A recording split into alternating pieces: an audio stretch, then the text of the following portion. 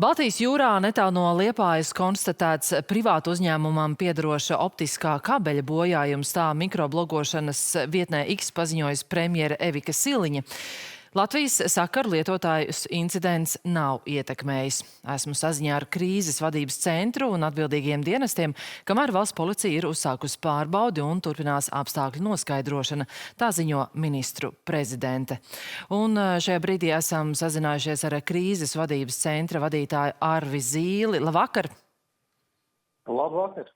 Kad un kā tika konstatēts šis bojājums un kas līdz šim brīdim par to ir zināms?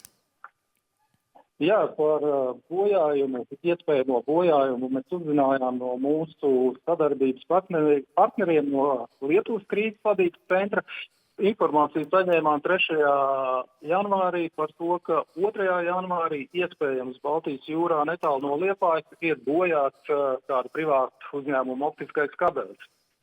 Un saņemot šo informāciju, tātad veicām sākotnēju analīzi, informējām visus nepieciešamos iesaistāmos dienestus, kuri varētu sniegt kādu informāciju par šo. Un tāpat arī sazinājāmies ar šī optiskā kabeļa īpašnieku, privāto kompāniju, kura mums apstiprināja, ka arī viņi konstatējuši ir bojājumi savā kabelī un mēģina noteikt tā specifisko bojājuma vietu.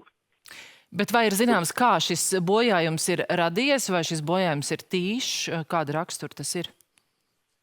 Par bojājumu iemesliem pagaidām mēs nevaram spekulēt, bet kompānija pati veicot savus analīzes un digitālos mērījumus arī uz doto brīdi neizslēdz nevienu no versijām.